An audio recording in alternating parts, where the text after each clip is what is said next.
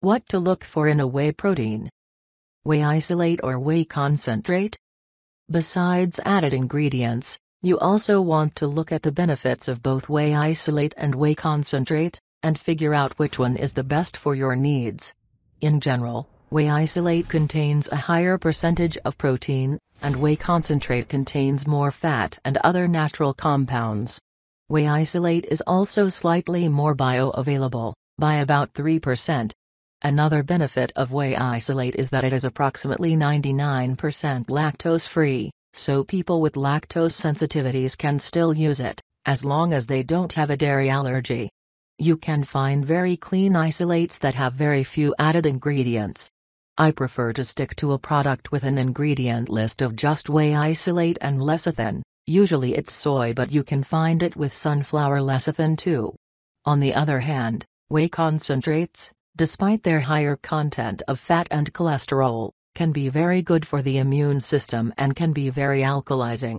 It is important to be slightly alkaline, and a lot of foods in the standard American diet are very acidic. Whey concentrate can help.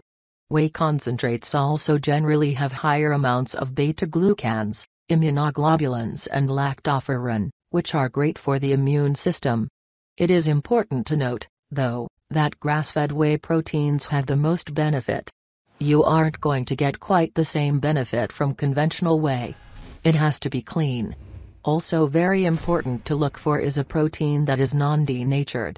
Denatured means it has been heated and the proteins have, to some extent, been broken down or damaged during processing, so you aren't getting all the benefits. Also, if it is heated, you're losing some valuable vitamins, minerals, and immune-boosting compounds. Look for a whey that either says undenatured, raw, or cold processed. This will ensure quality. Many whey isolates have been partially denatured. Labels and protein content. Let's take a quick look at two different labels. One is a concentrate and one is an isolate. Notice that the concentrate has a lower protein to scoop size ratio, whereas the isolate has a higher percentage of protein. If you look at the total carbs, fat, cholesterol, and sodium, that typically accounts for most of the difference. But if there are a lot of added ingredients, that will also contribute to a higher ratio difference. Whey concentrate results. This whey protein concentrate has a 32 grams scoop size and 24 grams of protein. The fat, cholesterol, sodium, potassium, and carbs account for nearly all of that. The added ingredients only account for 0.5% of it. That is a very clean whey concentrate. Whey isolate results. This whey isolate has a scoop size of 28 grams and a protein content of 25 grams. This is only a 3-gram difference. Do you see what I mean when I say that isolates have a higher percentage of protein per scoop? Most of the fat and carbs have been removed, resulting in a higher amount of protein. This is a good choice for a whey isolate.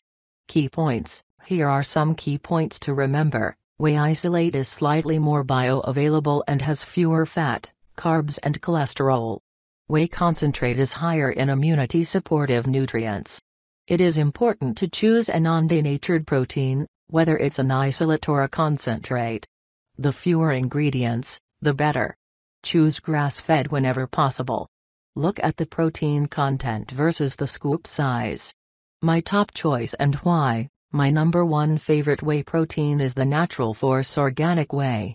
Besides being delicious and clean tasting, it has only 3 ingredients. It is raw, non-denatured, organic, and smooth, and the cows that they source it from are pasture-raised and grass-fed. It's about as good as it gets.